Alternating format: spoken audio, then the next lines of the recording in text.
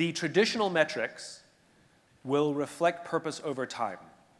So having purpose or being purpose-led is not the absence of metrics, but it's prioritizing the purpose before the metrics. And purpose-led organizations, over time, will demonstrate better metrics.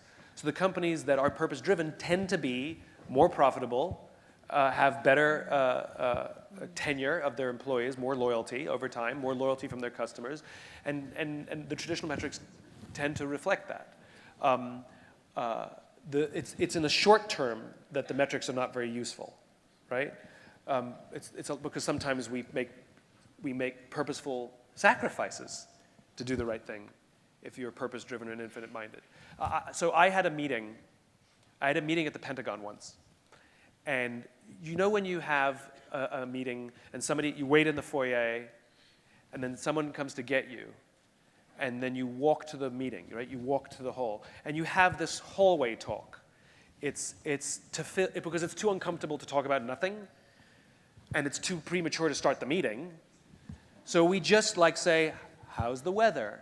You know, did you have trouble finding it? You know, did you have trouble getting here? And we sort of have this nonsense hallway talk, and then we walk in the conference room, it ends immediately, and we start the meeting, right? So I was at the Pentagon, and this big general came to get me from the foyer, and we're walking down the hall to his office for the meeting, and so we're making hallway talk. And he says, hey, Simon, I had everyone in my office read your book. And I said, my publisher thanks you.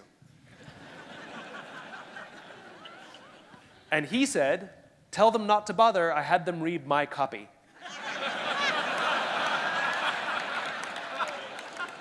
Total book sales, 1. Total impact, huge. Compared going to an event where they give out 500 free copies of my book, total book sales 500, but people use them as coasters and doorstops, total impact, 0. And so in the short term, it looks better being at the event from 500 than selling 1. But if I wait over the course of time, that will yield better book sales because those people will tell their friends to read it and their friends will go buy a book who will tell their friends. So the point is if I wait over time, book sales absolutely help me recognize is the movement growing, but not any particular month I don't care about. And I don't care about what the end, people say, how many books do you want to sell per year? How many speeches do you want to do per year? I don't care. It makes no difference to me whether it's this year or next year. What I want is momentum. The way I measure success with the metrics is the momentum going like this. And the exact dates and the exact numbers, it's like I want to lose a certain amount of weight by a certain date. But what happens if you don't lose the weight by that date? Well, you're still way healthier than you were even though you missed the goal. So the goals are good because they help drive us and motivate us. But if you hit it or make it, it doesn't matter in the infinite game. It's a guidance, not an absolute. Finite views metrics as absolute. Infinite views metrics as a measure of speed and distance. They're guides. We're going fast or we're going slow.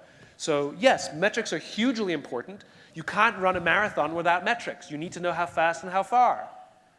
Right? You need metrics. But the question is how we view them. So traditional metrics are perfectly fine.